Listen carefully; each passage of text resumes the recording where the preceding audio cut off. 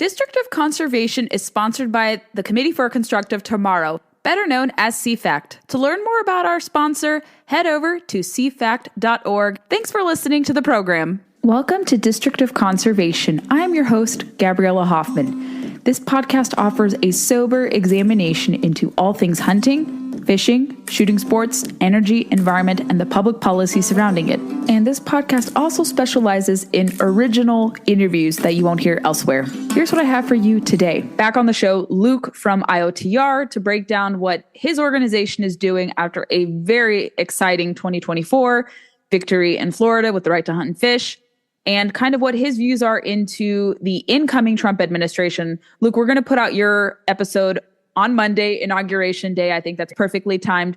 Also with the overview of what we think is going to happen across the next 4 years. So we have a lot to unpack today. Happy to have you on. I hope you had a great Dallas Safari Club in Atlanta.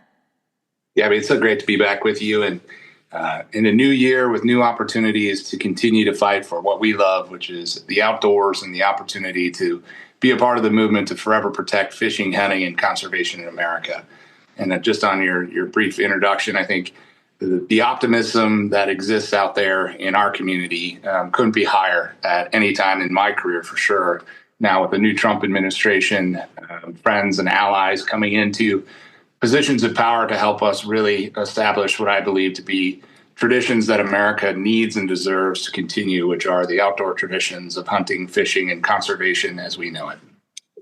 Absolutely true. And I think a lot of people, even if they did not understand the dynamics at play, they did see a loss of opportunity, access, and little death by 1,000 cut measures from federal policy. We'll see a lot of that restored. And I know we're going to dive into that. But give us a debrief from lessons learned in Florida. It was a pretty overwhelming victory that all of you had, a lot of our friends. But you guys came in to help a lot of the Florida activists who were very pivotal in getting this across the board.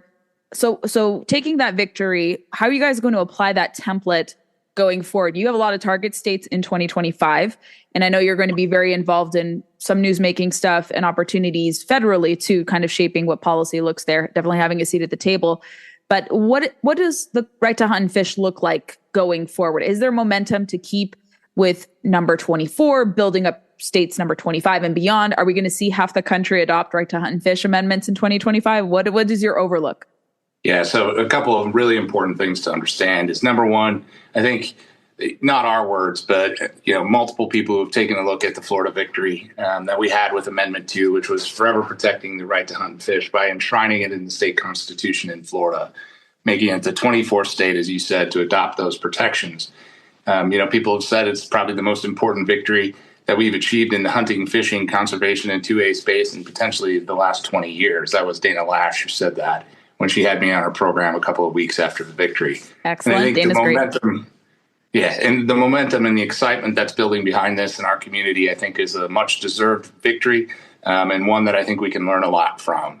I think a couple of big, really important lessons is when we talk about hunting, fishing, and conservation in a way that connects even the non-hunters and the non-anglers with the fact that it's a humane and natural way for us to manage wildlife. And the conservation programs that our sports support, I think, was the winning narrative that helped us propel that victory forward.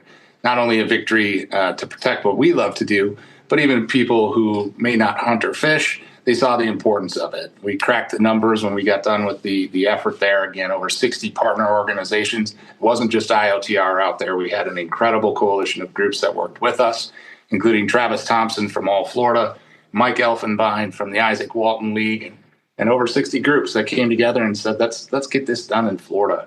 And I think the biggest thing that we learned is that when we talk about our sports in a way that connects people with not only the humane and natural stuff like I talked about, which was a message that they told us they wanted to hear from the first round of polling that we did in that state, but also to the food security issues, the economic benefits of our sports, and then the cultural significance of what we do when we go to the field, I think were messages and narratives that helped us win.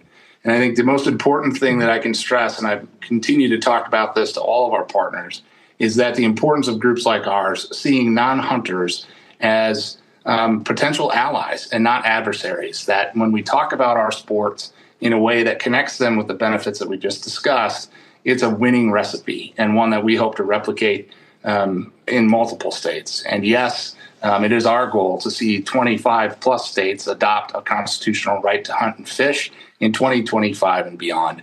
We've had almost a dozen states now have reached out to us after the Florida victory and want us to bring our capabilities to their states to help pass these significant protections to make sure that the things we love to do are forever protected in multiple states across the country.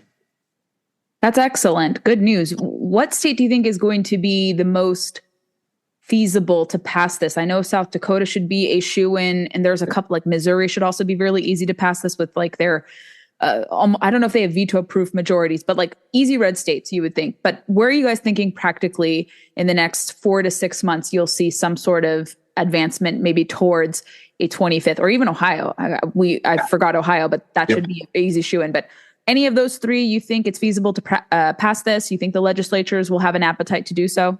Yeah, I think all of those states are keyed up. I think South Dakota and Iowa, we've already started the conversations there, as your listeners are aware from our previous actions.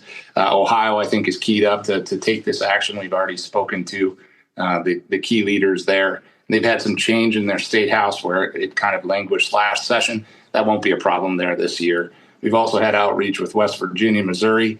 But then we have some states like Michigan, Colorado, Pennsylvania, Alaska, and Arizona as kind of the second tier of states where we think that, number one, we have champions in those states. And number two, even though it may not be full pro-hunting and fishing majorities in each one of those states, we do have an opportunity to pass it through at least one house of the legislature, start the conversation. And, if you take a look at historically how long it's taken states to pass these protections, the last one that did it was North Carolina. They had worked on the bill there for almost 6 years. Tennessee before that took 8 years to pass. So the Florida experience was rapid. Thankfully, we had strong champions and legislative majorities who believed in hunting and fishing and wanted to help us protect it. So some of these battles are going to be quicker than others, but we're in it for the long haul. In IOTR, we are absolutely committed to seeing as many states. We'd like to see it in all 50 if possible. But again, we think there's a path to getting this done in as many as 40 states here in the next 5 to 7 years. That is optimistic, and I hope it does come true because people are realizing they have seen the various attacks. Thankfully, we saw the Bobcat Mountain Lion initiative that was roundly defeated. I'm not sure if you guys had direct involvement or much involvement there, but that was a glimmer of hope in Colorado. People have seen, obviously, and we've talked about this before, Washington State, California, Oregon, the Northeast, New England in particular. They have passed little death by 1,000 cuts measures to incrementally ban different forms of hunting. So I think all across the country now, people are realizing that these right to hunt and fish amendments are not going to infringe on your right. They're not going to infringe on property rights.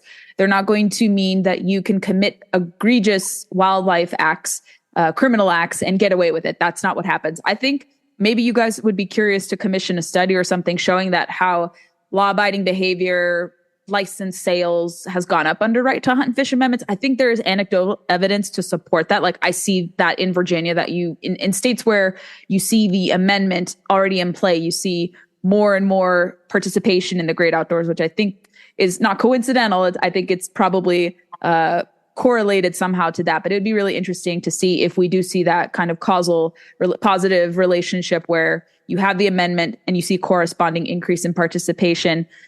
But I think the rest of the country, even in states where they don't have these amendments, people are waking up to realize that I need something there as a buffer to insulate my state from future attacks were my legislature to ever go in a negative or anti-hunting, anti-fishing direction. Is that kind of what you guys see to at IOTR?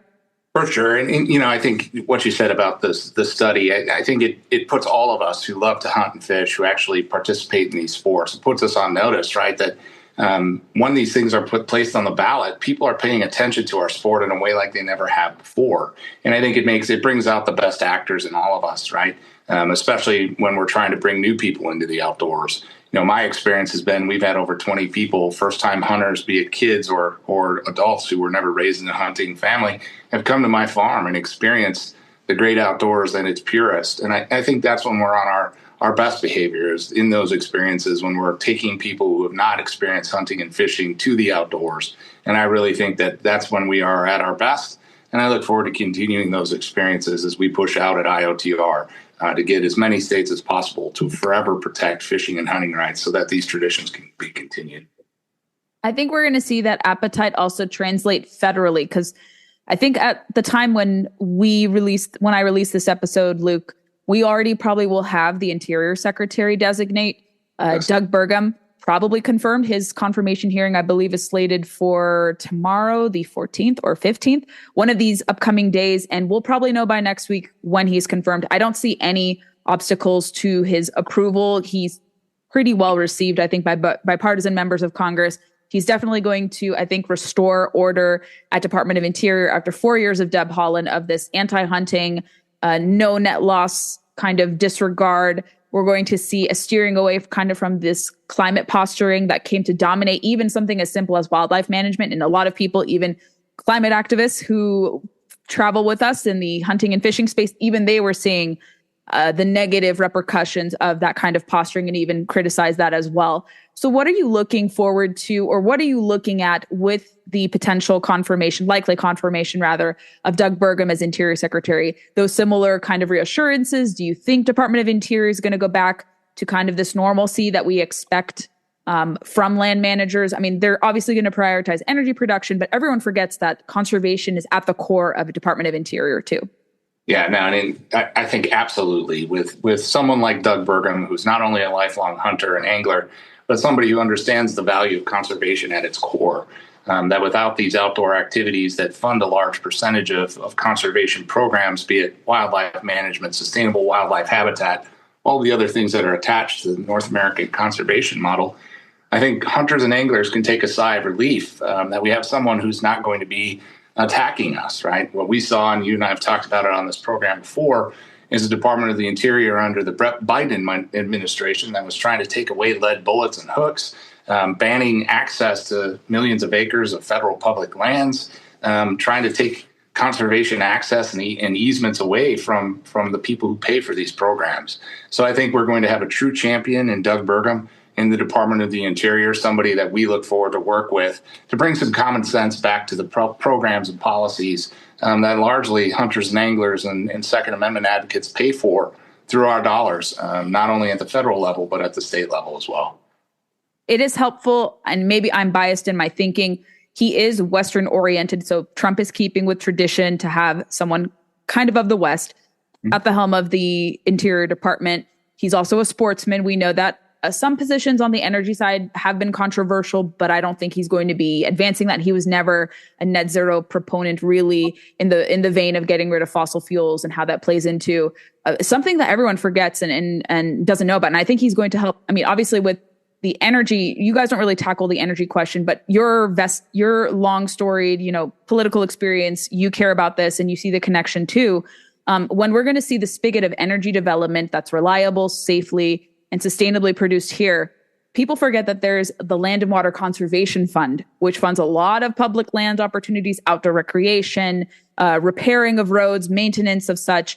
And I believe we haven't seen a direct effect of it now, but because President Biden had prevented offshore oil and gas leases, we will see probably in the future a depletion of this fund. But I think with Trump's energy agenda, this National Energy Council that Burgum is going to be tasked with leading on top of his duties to restore wildlife management practices, true conservation at the agency, you are going to see a corresponding increase in conservation funding through the LWCF too. I don't know how much you know about LWCF, but I'm optimistic that that program is going to be regenerated with this kind of refocus at the agency too. Yeah, it's a great point, and definitely something that even though IOTR doesn't weigh in on these energy issues, from a sportsman's perspective, you're exactly right? Using our energy in a responsible way brings back more resources that are then reinvested into access and opportunity in the outdoors for everyone. And that's a good thing all around. So again, we think hopefully Secretary Burgum is going to be a true champion, somebody that we look forward to working with. And we've already opened those channels of communication to offer our assistance in any way that we can. I think he will. I think he will prioritize balance, because we saw this preservationist priority come into play, and it seemed like hunters and anglers were excluded from key conversations. They may have weighed in on a couple of things, but maybe last minute before these rules were finalized.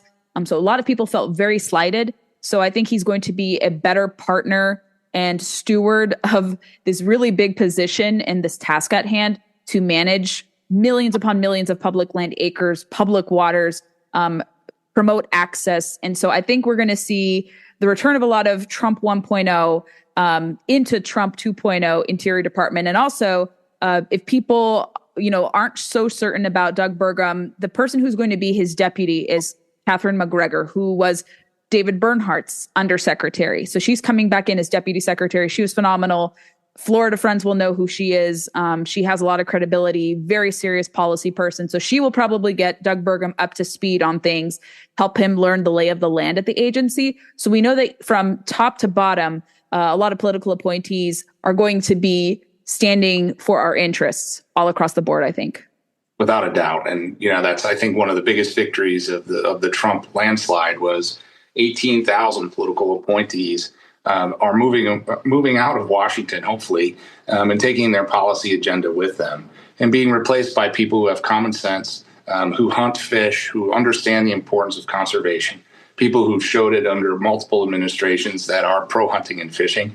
And again, we look forward to working with those folks, and a lot of them we call friends, and a lot of them are former colleagues of mine who I've already had conversations with about what needs to be done to get this administration off on the right track, especially when it comes to how do they communicate their agenda for the outdoors with the hunters and anglers of America, who I think largely stepped up and spoke out with their votes in support of someone like Donald Trump, who I think is going to bring some common sense and some balance back to the outdoor policies that we've seen pushed here over the last 4 years.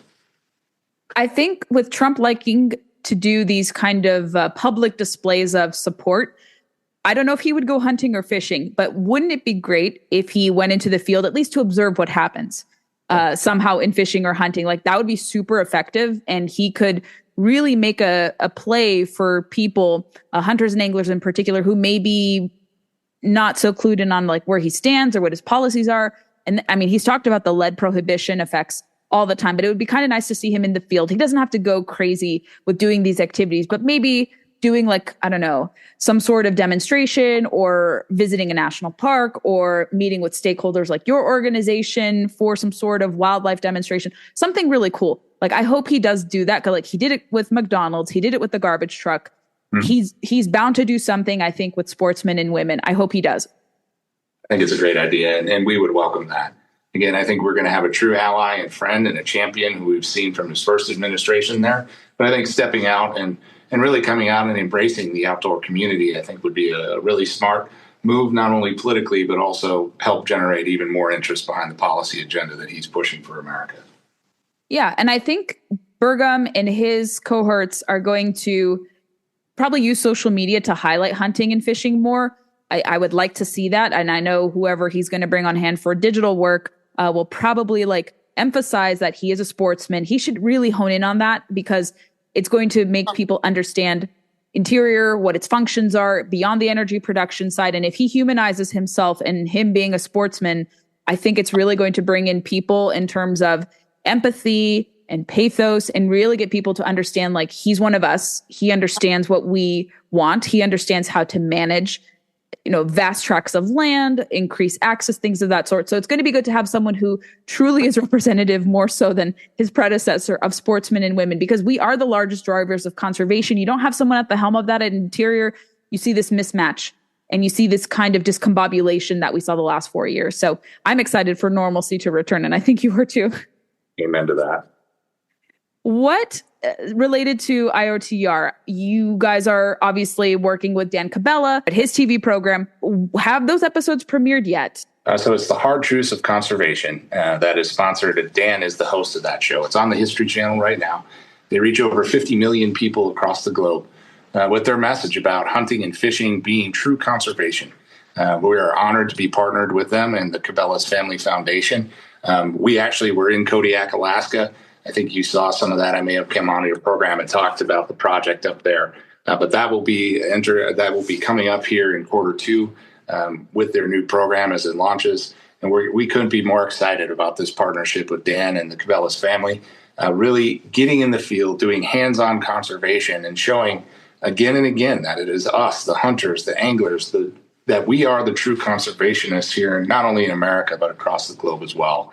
Again, this is a true way for us to really, I think, take back the narrative about what hunting and fishing means, and going back to the lessons that we learned in Florida. Again, sharing this way that this is a humane and natural way. These sports represent a humane and natural way for us to responsibly manage wildlife populations, I think is a critical piece of what we as hunters and anglers have to do a lot better job of. And there's no better, I think, ambassador for our sport than somebody like Dan Cabela, whose family has invested tens of millions of dollars in true conservation projects, not only here in America, but across the globe as well. And any other related derivatives? You guys have a 501c4, which is going to be tackling all these different right to hunt and fish amendments. You have a big summit coming up in April. Why don't you share more about those for people who are unfamiliar? Yeah. So again, we have T. Roosevelt Action, where again we have we were lucky and fortunate to have a data partner with us in the battle in Florida who helped us reach almost 7.5 million people with our message. And these folks are coming back to us and wanting to know where can they join up, where can they be next. So we're launching a membership program through T. Roosevelt Action, which will be similar to what you've seen from multiple hunting and fishing groups across the board, with a low cost of entry for an annual membership all the way up to a lifetime membership. So we're excited to be launching that here probably by March or April of this year. We also have our annual summit coming up in Naples, which is our premier event. I think it's probably the best and the biggest one in hunting and fishing when it comes to dollars raised, and kind of the who's who in the hunting and fishing world being a part of it. So we're really excited to be going back to Naples, Florida here in April for our annual summit. And again, we are right now in the heat of the summit series. We just got done with Dallas Safari Club, as you said at the top of the program, and we're headed to the Safari Club International program next week. And then we'll also be on the road out at multiple local organizations, DSC, SCI, and WTF. There's a bunch of groups that we have partnered with that we're looking forward to getting out there and sharing our message and our vision and our brand with these people to let them know that we're in this fight for the long term.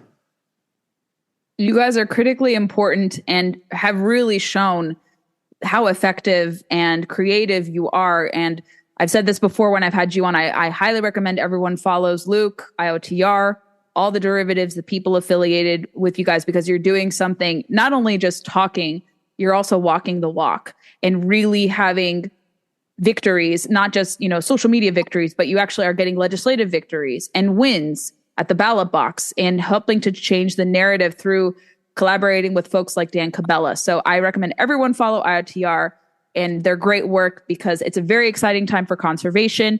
Luke, is there anything else you'd like to plug in as we round out our conversation? But everyone should follow you. We love your work. We want you to come back anytime, all the time, whenever your schedule permits. Well, and the feeling is mutual, Gabby. You are one of those incredible voices for common sense and balance in the outdoor conservation space across the country. And we look forward to forging a continuing partnership with you, with your program and your projects, not only through this podcast, but also with your other work as well. So thank you for everything that you do, and I look forward to joining you again soon. If you enjoyed this installment of District of Conservation, I would love to know your feedback. Send it my way. Please be sure to leave us reviews on Apple, Spotify, or wherever podcasts are played, and also check us out on Facebook, Instagram, and Twitter to never miss a beat nor a guest announcement. Thanks so much for listening to District of Conservation. I hope you have a wonderful day, and please share the podcast to those who may be interested in learning more about these critical natural resources, environment, energy issues.